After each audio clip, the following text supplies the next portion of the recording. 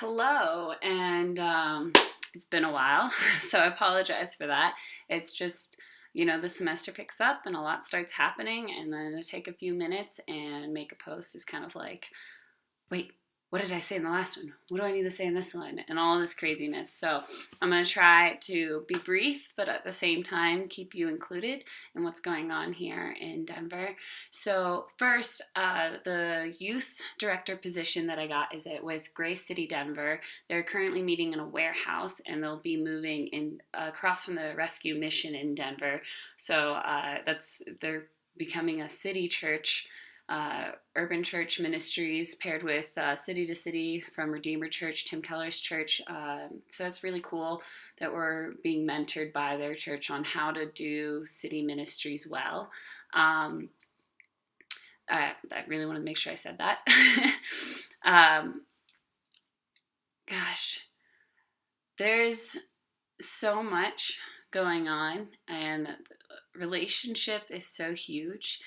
We just had a speaker come in for chapel this week who talked about mutual, I don't remember exactly what it was called, but he's a neurologist or a spiritual, goes into neurology and how to spiritual formation and how we grow as individuals, and in the church, how sometimes we've neglected understanding what it means to actually learn how to live out this life, this new life. And he talked about this thing called it's mutual something, I don't remember, but the essence of it is when you're interacting with a person, there's a lot more about our subconscious that defines how we think about things and make choices, and our conscious mind. And it's, we can't just make the Christian life work from the conscious mind, but it has to come from within, from our identity, from that mutual relationship that we're getting from God and from others.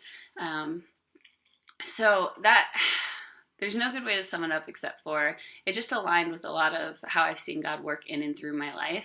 And attachment is a huge part of it, and how the attachments you had as an infant to the attachments you have as an adult, and where those are focused. And so that was really inspirational and encouraging. I've had a couple of great moments since being here in Denver where I had the opportunity to pray for someone or just be willing to move when the Spirit moves. And so, noticing a mark on someone's head and asking them if what happened, and then getting, learning that they had brain surgeries, and just being able to pray with them about continued clarity as they're going through the seminary experience, to be able to synthesize information well, and that, God would really redeem that injury and that in this time, and allow them to just express Him more clearly. So that was really neat. I joined a indoor soccer team, and that was Monday this week, and I really enjoyed that. It was great to just be on a team with a few of my peers on the seminary, and get to just be active and get to know people better. So yay, soccer! I played goalie and I scraped up my knees, but it's okay. AstroTurf is not the best, but in other news, I have a presentation this week on adaptive leadership, which is one of the theories we have for my leadership class, and I'm really excited.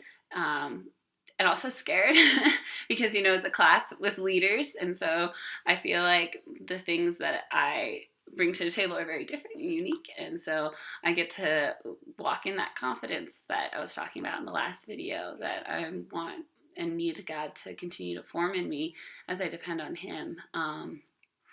A few more words about my youth group. They're amazing. They've all kind of grown up in the church, and so they've got good understanding of the word, and I can see already how the things I'm learning in seminary, my leadership classes, are coming over and coming out in the way that I'm leading this series called Influencers. So it's about identifying the different influences that are in our lives, and then how to give those things back to God, to and let God be the major influencer in our life, and in that we redeem those areas.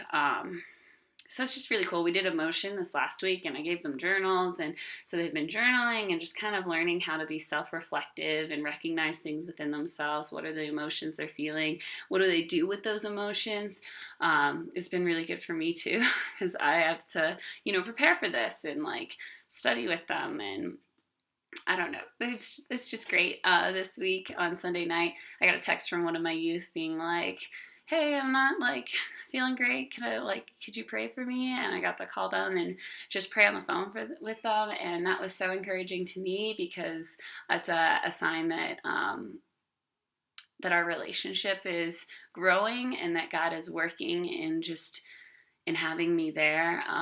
One of the volunteers let me know that I was an answer to prayer for their church, and that's a really cool feeling.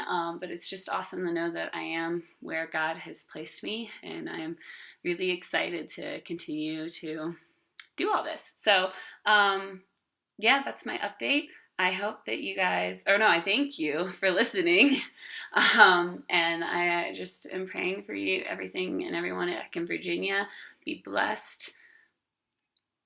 I love you. I love you so much. It's not the same with the videos, but I'll be home for Christmas. All right, bye.